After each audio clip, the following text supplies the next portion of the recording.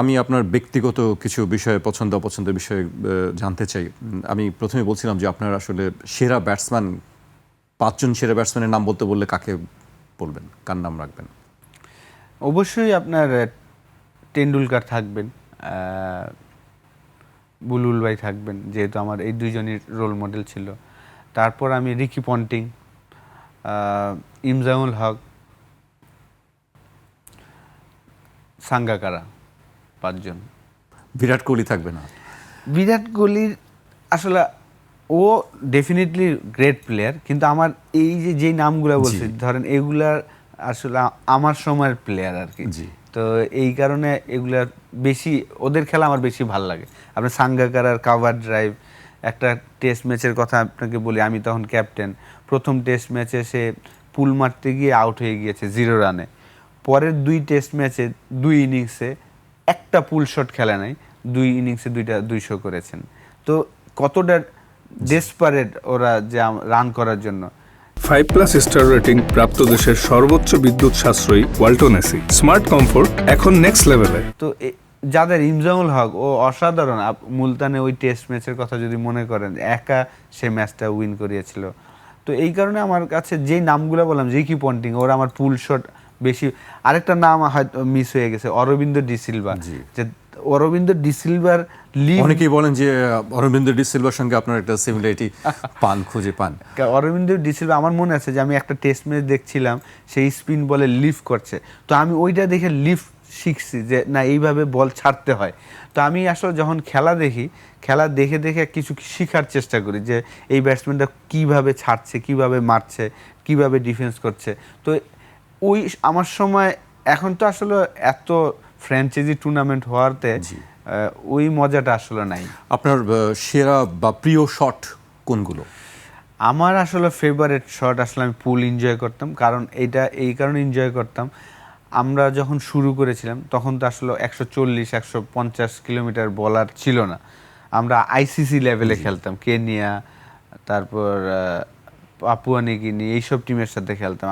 হঠাৎ করে যখন আমরা টেস্ট স্ট্যাটাস পেলাম, স্কুপও তো আপনাকে দেখেছি, আপনি যে সময় স্কুপ খেলতেন তখন কিন্তু এত বেশি কেউ স্কুপ খেলতো না। হ্যাঁ, এইটা কি হয় আসলে, আমি বললাম না প্রচুর খেলা দেখি, তো প্রচুর চিন্তাও করি যে আসলে ডেতে যখন স্লগ ওভারে বলাররা কোথায় বল করবে। স্লগ ওভারে কিন্তু একটা সেট ব্যাটসম্যান সে কখনোই লেন্থে বল করবে না, আবার শর্ট বলও করবে না, সে ইয়র্কারের চিন্তা করবে। তো এই ইয়র্কার বলটা কিভাবে 4 মারা যায়, ওই চিন্তা থেকেই যে আচ্ছা এইটা যদি এইখানে আসে আর আমি যদি আগে থেকে পিক করে আস্তে করে ব্যাটে লাগাই, তাহলে এদিক দিয়ে একটা 4 রান পাওয়া যাবে, বা রিভার্স সুইপ যদি উপরে রাখে এদিক দিয়ে মারলে 4 রান।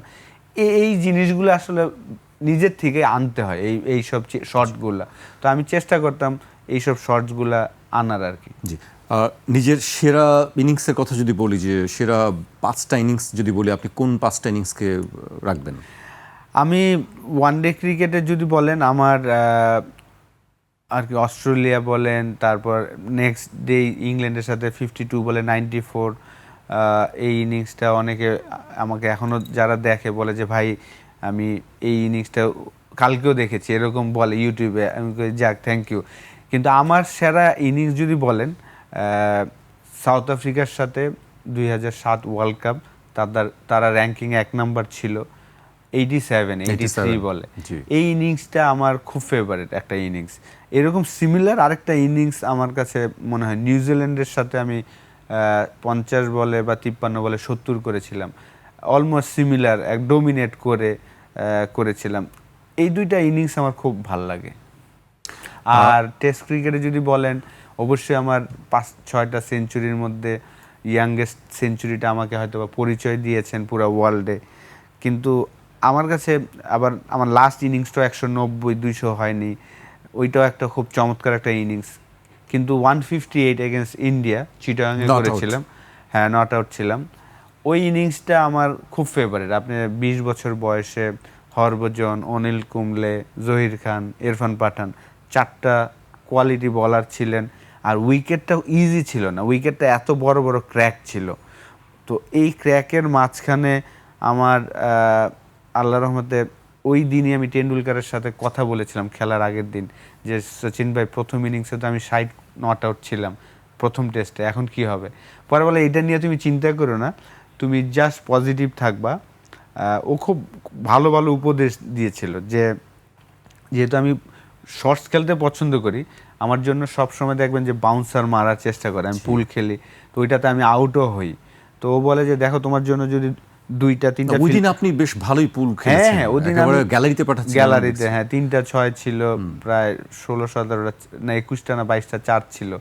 তো টেন্ডুলকার আমারে বললো যে যদি পিছনে ফিল্ডার থাকে আর তোমার যদি মন চায় মারতে মারবা, আর যদি মারতে মন না চায় তখন বলবা না যে আমি মারবো না, বলবা না, বলবা যে আমি এটাকে আস্তে গ্লান্স খেলে এক নিব, লিফ করব না, জিনিসটা আনবা না তোমার মধ্যে।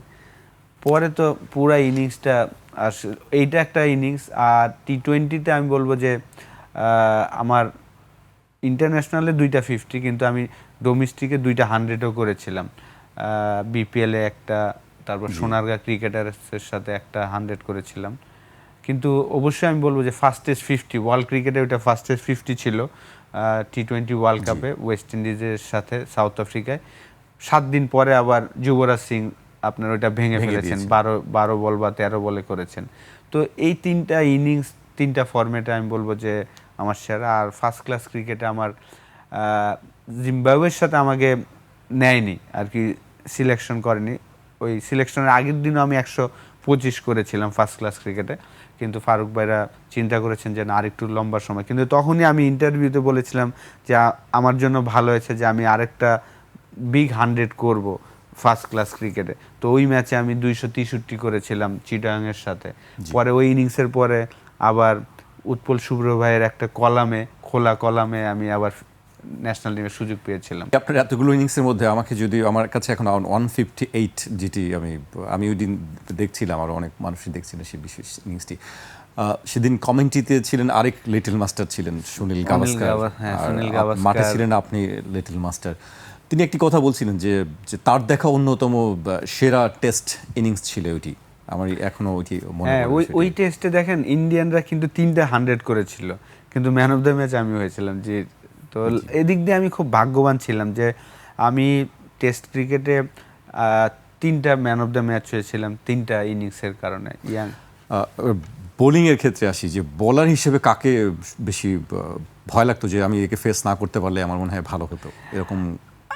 ফ্লিনটফ আমার আর কি, ফ্লিনটফকে ফেস করার পরে এতটা ডেঞ্জারাস মনে হয়েছে, কারণ সে 6 ফিট 4 ইঞ্চি লম্বা, আবার 2 ফিট হাত, 8 ফিট 4 ইঞ্চি থেকে বল আসে, আর এভরি বল 92 মাইলে। একটা বলও, যেমন শোয়েব আখতারের বল খেলেছি, ও একটা বল হবে 136 কিলোমিটার, একটা বল হবে 145 কিলোমিটার, একটা বল হবে 150, কিন্তু আপনার ফ্লিনটফ এভরি বল 92 মাইল, 90-র নিচে নাই, আর গুড লেন থেকে চেস্টে চলে আসে। তো আমার কাছে ফ্লিনটফে সবচেয়ে, যত বলার খেলছি আমার কাছে তাকে খুব ডেঞ্জার মনে হয়েছে। আরেকটা বলার আছে মনি মর্কেল, সাউথ আফ্রিকার, ও লম্বা ছিল, সামনে থেকে মনে হয় যে উপরে চলে আসে। এই 2টা বলার ডেঞ্জার মনে হয়েছে আমার কাছে। তো পেস গেল, স্পিনে আমি মনে করি যে মুরালি তো ডেঞ্জারাস বলার, 800 উইকেট নেওয়ার বলার, কিন্তু আমার তাকে খেলতে খুব মজা লাগতো, কারণ আমি পিক করতে পারতাম ইজিলি। কিন্তু শেন ওয়ানকে আমার মনে হয়েছে যে ডেঞ্জারাস বলার আর কি। ও ব্যাটসম্যানের সাথে এত মাইন্ড গেম খেলে। আপনি এক ম্যাচে আমার মনে আছে ফতুল্লায় আমি খেলছি, তো আমি গার্ড নিয়ে দাঁড়াইছি ব্যাটিংয়ের জন্য, কিন্তু সে 2 মিনিট হয়েছে আসতেছে না। সে আর কি আমাকে চিন্তা করাচ্ছে, আমি যাচ্ছি যত তাড়াতাড়ি ওর বল ফেস করে আমি যেন নার্ভাসনেসটা সরাই। তো ও ছিল জিনিয়াস একজন প্লেয়ার, শেন ওয়ান।